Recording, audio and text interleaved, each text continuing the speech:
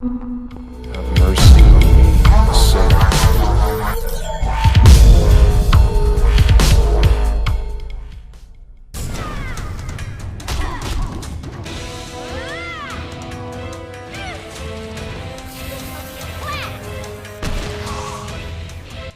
I've never been a big fan of the fighting genre, but I'm a huge fan of the DC universe, so there was no doubt in my mind if I was going to get this game or not.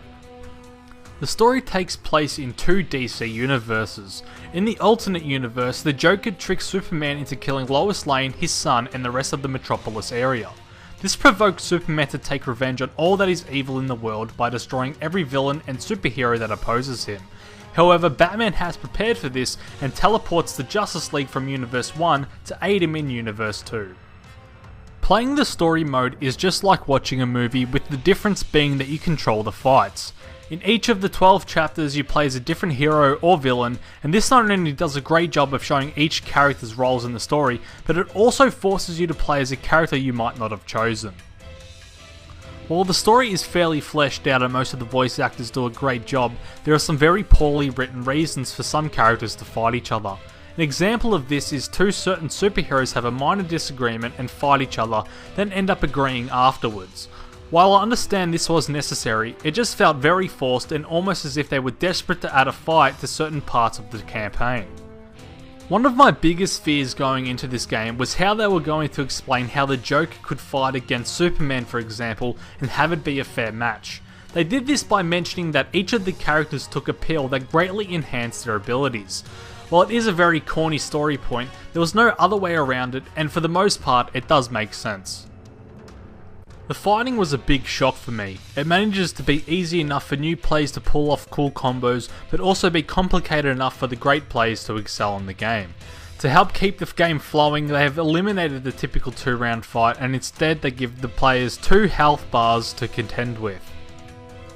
With each combo you pull or get hit with, your super meter will fill up. When you have a full bar, you have the ability to use your super move, which is individual to each character.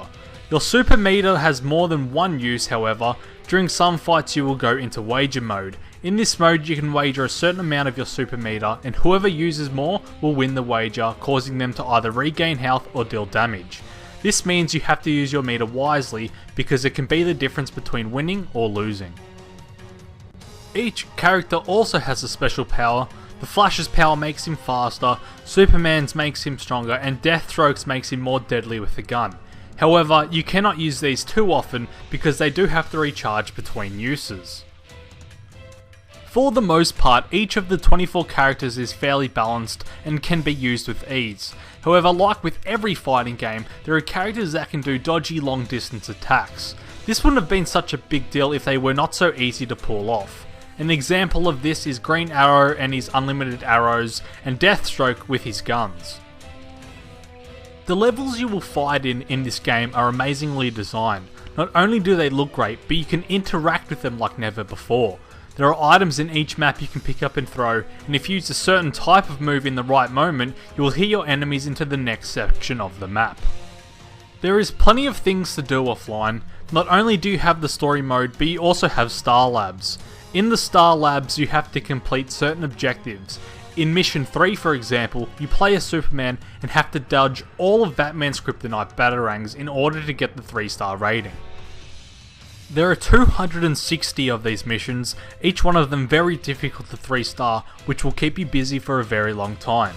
The single player also has a battle mode, which is like a classic fighting game and pits you against random villains or heroes. The multiplayer does a good job of offering lots to do also. You can do simple 1v1 ranked or player matches, or set up a lobby and play King of the Hill. In King of the Hill you take turns in challenging the current winner to hold the hill for as long as possible. There is also survival mode and online practice. Overall, this game is pretty great. The story is interesting and easy to follow, even though they have some really forced plot points. The gameplay is new user friendly, and the characters are well balanced despite the easy to pull off corner spamming. There is plenty to do in Injustice, both online and offline, that will keep you entertained for weeks to come. I rate this game an 8.5 out of 10.